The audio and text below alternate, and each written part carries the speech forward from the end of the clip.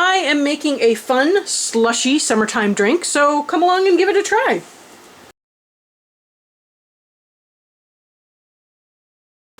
Welcome back. I'm Kathryn, the Aerogarden Homesteader, and today I am making, I don't actually know what this is called. We always call it banana slush, but I've also heard it called tropical slush, so call it whatever you want.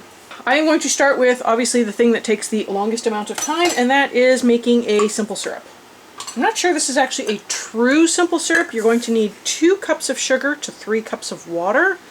My pot's a little on the small side, so I'm going to do 2 cups of sugar, 2 cups of water, and I will add the extra cup of water after it has been dissolved. And you do want to make sure you dissolve this because this will be frozen, and if it's not dissolved, you will have grittiness. Okay, so I have that on a ridiculously small pot on a ridiculously large burner, but that is where we are at. So that is just going to dissolve away. Here's my extra cup of water, my chicken bucket. You don't need to have that there. Okay, so you need approximately 3 to 4 bananas. Kind of depends on the size of your bananas. These ones are a little on the small side.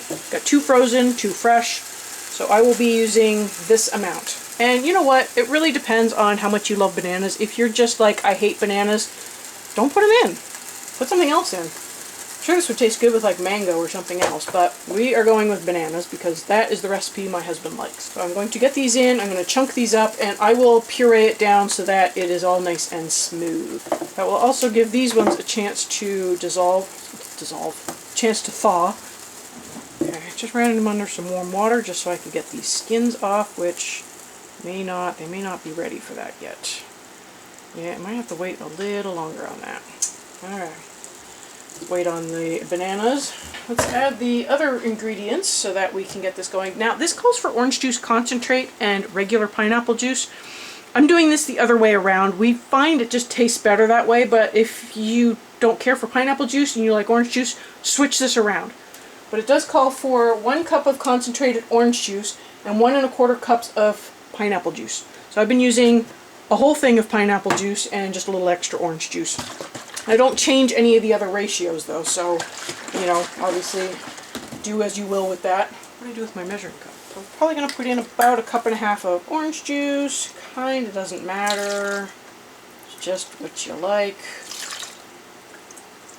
A little extra never hurts. And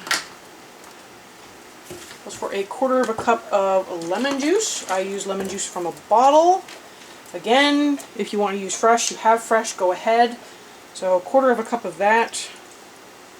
My measuring cup has a nice line in the middle that lets me know how much to put in. I know this is for dry, not wet, but I'm just going with it because it doesn't matter. And let me check on my sugar. It is still going.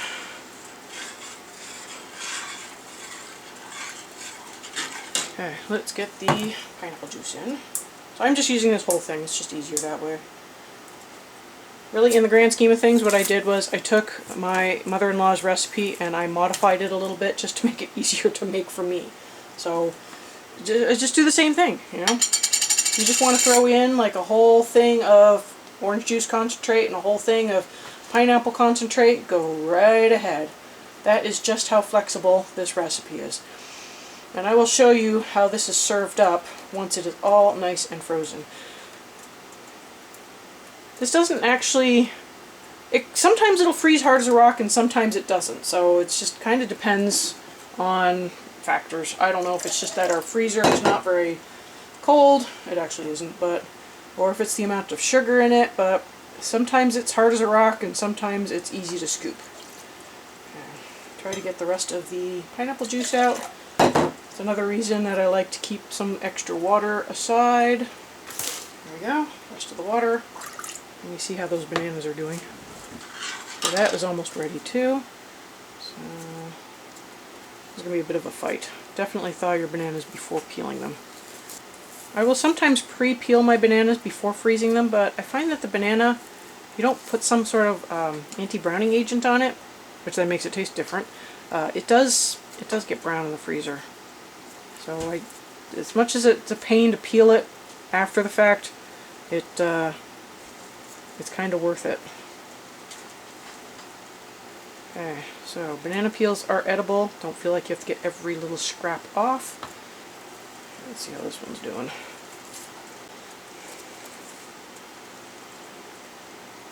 There we go. Easy peasy. Not. Okay, looks like my sugar has dissolved. You do not need to boil the sugar. It just needs to dissolve.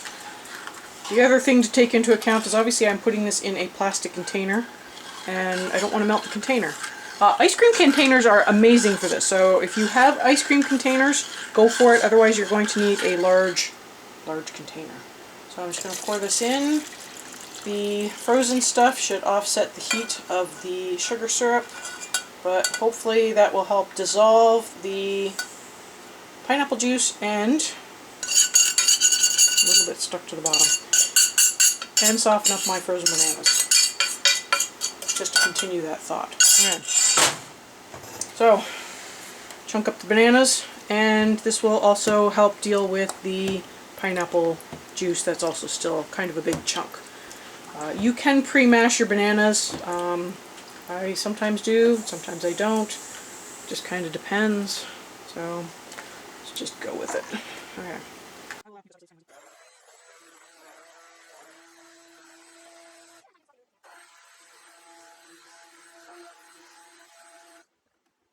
Okay, there we go. You want that to be pretty uniform. It's okay if you get a little bit of banana chunks, but you want it to be relatively uniform because you are going to be drinking this. My husband likes to eat it with a spoon, so, you know, obviously eat how you want it. But this needs to go in the freezer until it is frozen. So, depending on the size and shape of your container, how cold your freezer is, 24 hours at least. So, I will bring you back and show you how this is served up. You will need either some Sprite 7-Up type drink, or you can use club soda, and it's not quite as good with club soda. It just kind of depends on, it just depends. I find this 7-Up is a little too sweet, but the club soda isn't sweet enough. So yeah, just give it a try with either, but you're going to need like one of those clear, low flavored drinks. So I will bring you back when this is done. Dishing up banana slush is really easy. It is also very customizable. It will depend on just how you like it. It's kind of like a root beer float in a way. First, start by scooping some of the banana slush into a glass. The glass size is your choice, but we like to use one of the larger 16-ounce glasses. It just gives you a nice portion size. Once you have the glass relatively full and not packed, but just, you know, lightly scooped in, then add the soda of your choice. We like to use like a 7-Up type soda. If you don't want it to be quite so sweet, you can use a club soda or seltzer water. It just, again, depends on personal taste. If you want, you can just sort of scoop some of the banana slush chunks out and then drink what melts in the cup. Or you can kind of stir it up and make a slushy mess and then drink it that way. It really just, again, depends on personal preference. Now, this is an awesome drink for one of those hot summer days where you just want to cool down fast. But be warned, you will get brain freeze. This, almost inevitably, I always get brain freeze with this. So, just beware if you're susceptible to brain freeze, that it will happen with this. It's a really fun recipe to make, especially for kids. I hope you give this recipe a try. If you do, let me know down below how it turned out for you and what you thought of it. If you make any variations on it, let me know. I hope you found this video useful. Thank you so much for joining me today. I'll have some other videos at the end of the video that you might enjoy watching, and I will see you next time on the Aerogarden Homestead.